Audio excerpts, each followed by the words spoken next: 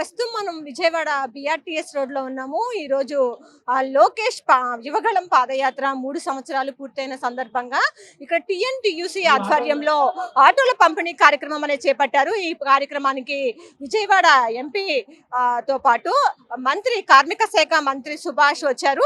చూడొచ్చు చాలా మందికి కూడా ఆటోలు అనేది పంపిణీ చేశారు. మనతో మాట్లాడేందుకు కొంతమంది ఆటో వాళ్ళు ఉన్నారు.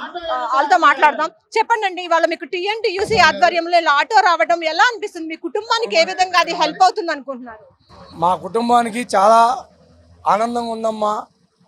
లోకేష్ బాబు గారు మాట ఇచ్చారంటే ఆ మాట తప్పకుండా మా కార్మికులకి అండగా నిలిచారు.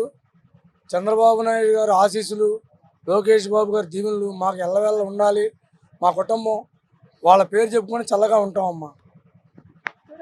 లోకేష్ మాట ఇచ్చారంటే ఆ మాటకు కట్టుబడి విన్న వ్యక్తి అని చెప్పి కూడా ఆటో డ్రైవర్లు అయితే చెప్తూ ఉన్నారు. మరి కొంతమంది అది చూడొచ్చు మనం బారుగా కూడా ఈ ఆటో అన్ని కూడా వీళ్ళంతా కూడా టీఎన్టీయూసీ ఆధ్వర్యంలో ఇవాళ వాళ్ళకి అందరికి కూడా ఉచితంగా పంపిణీ చేసిన ఆటోలు అనమాట. మరో డ్రైవర్ ఉన్నారు.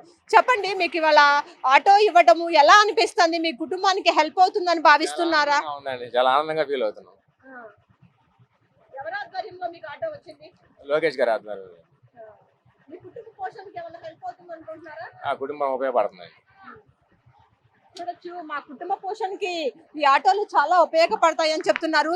చూడొచ్చు, ఆటోలన్నీ కూడా ప్రయాణికులని తీసుకుని వెళ్తూ ఉన్న ఆటోలన్నీ కూడా మనం చూస్తూ ఉన్నాం. మరి కొంతమంది ఆటో డ్రైవర్ ఉన్నారు. చెప్పండి, ఈ రోజు మీకు టీఎన్టీయూసీ ఆధ్వర్యంలో ఆటో ఇవ్వడం జరిగింది, ఎలా అనిపిస్తుంది మీకు? బాగానే ఉందండి. హెల్ప్ అవుతుంది. టీఎన్టీసీ తరఫున మేము ఇప్పటి నుంచే పార్టీ కష్టపడుతున్నాం అండి. పార్టీ పెట్టిన కానీ మేము టీఎన్టీసీ పార్టీ చంద్రబాబు నాయుడు అనుకున్న ఆదాయాలన్నీ చేతిచ్చారు. ఆటో ఇస్తామన్నారు, ఇచ్చారు. చంద్రబాబు లోకేష్ బాబు గారు ఎంపీ గారు కూడా ఇస్తామన్నారు, ఇచ్చారు.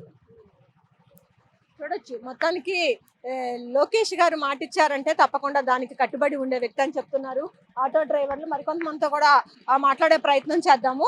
చెప్పండి, ఈ రోజు మీకు టీఎన్టీయూసీ ఆధ్వర్యంలో ఆటో ఇవ్వడం జరిగింది కదా, ఎలా అనిపిస్తుంది? మీ ఫ్యామిలీకి ఇది హెల్ప్ అవుతుంది అనుకుంటున్నారా? ఎవరిచ్చారని మీరు అనుకుంటారు?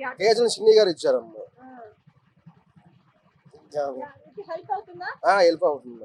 ఏ విధంగా అంటే అద్దె బండి వేసుకోకుండా ఒక సొంత బండి వాంటర్ ఒక ఫీలింగ్ ఉంటుంది. అద్దె బండి